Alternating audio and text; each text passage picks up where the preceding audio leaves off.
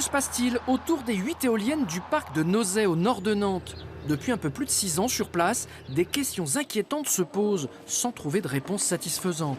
Pourquoi par exemple, dans la ferme la plus proche du site, les vaches de Didier Potiron ont-elles toujours du mal à aller vers le robot de traite?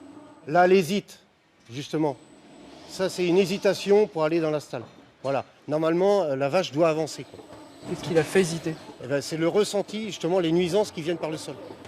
Donc, suite au passage des géobiologues, on s'est aperçu qu'il y a un croisement de failles d'eau sous le robot de traite.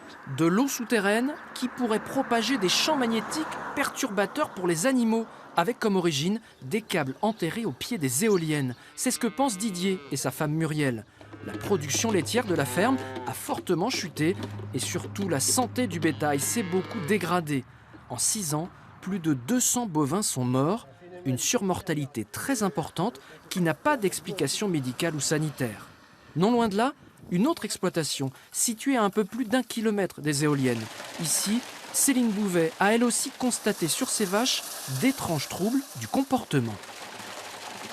Depuis l'installation du parc éolien, les vaches sont très méfiantes sur la consommation d'eau, que ce soit en bâtiment ou dehors, dans des bacs au pâturage. Les vaches lapent dans les bacs, quoi. Comme si qu'elles avaient une décharge électrique, quoi. La santé des animaux pose question, celle des humains aussi. Les agriculteurs et plusieurs riverains évoquent des troubles du sommeil et des problèmes de santé inexpliqués. Manque de sommeil, parce qu'au bout de 2 heures, on est réveillé. Maux de ventre, maux de tête. Quand on part à l'extérieur, on dort très bien. Et j'avais pas de problème avant les éoliennes. Les troubles du sommeil. Et nous, c'est pareil, il y a des failles d'eau, ça passe sous la maison. Des études ont déjà été menées, mais sans résultats probants. Devant la persistance des phénomènes, la préfecture de Loire-Atlantique a décidé de lancer une nouvelle série de tests directement sur le fonctionnement des éoliennes.